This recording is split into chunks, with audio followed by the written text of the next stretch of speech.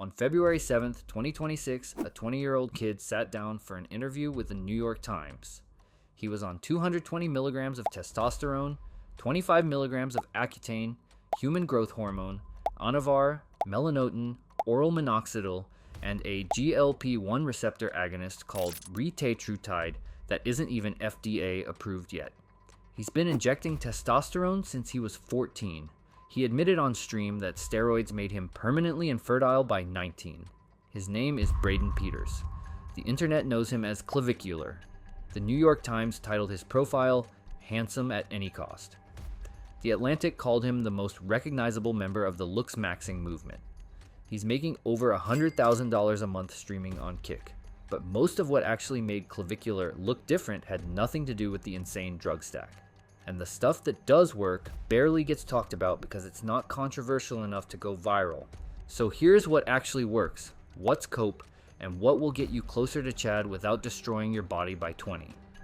The face is where 80% of this game is played, and the single highest ROI thing you can do is get your skin right. Not drink water, a specific protocol, tretinoin, prescription strength retinoid. It accelerates cell turnover, builds collagen, kills acne, fades dark spots, and improves texture at a level nothing over the counter touches.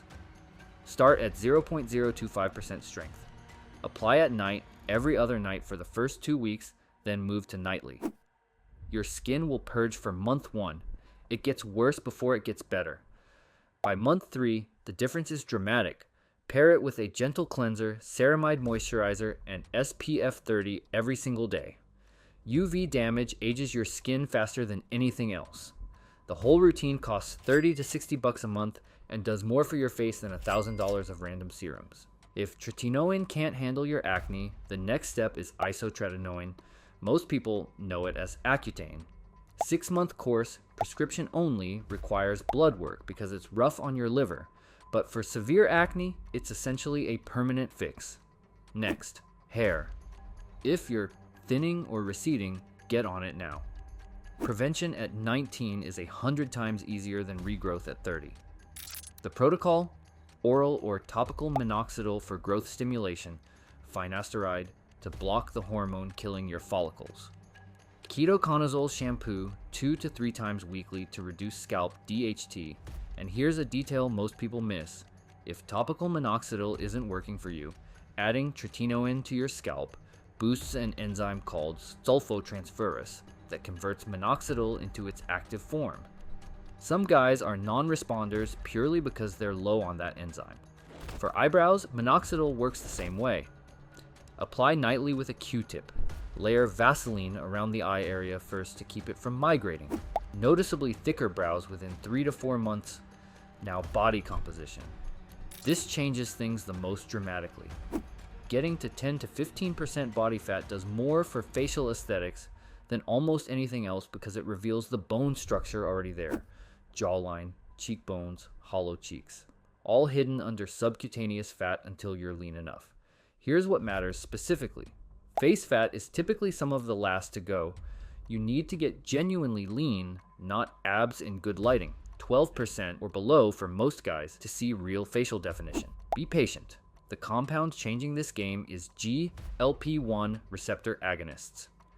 Semaglutide, tirzepatide, retatrutide. They suppress appetite at a neurological level and are a big reason half of Hollywood suddenly has razor jawlines. Clavicular uses retatrutide because it hits 3 receptors instead of 1. Prescription medications with real side effects and retatrutide isn't even approved, but they exist, and pretending they don't is Cope. For the gym, the goal isn't get big, it's proportions. Wide shoulders, developed lateral delts, V-taper from lats to a narrow waist. A good shoulder to waist ratio changes how every piece of clothing fits and how people perceive your size. Overhead pressing, lateral raises, pull-ups, creatine monohydrate, 5 grams daily. Only supplement with actual decades of evidence. Everything else is marketing.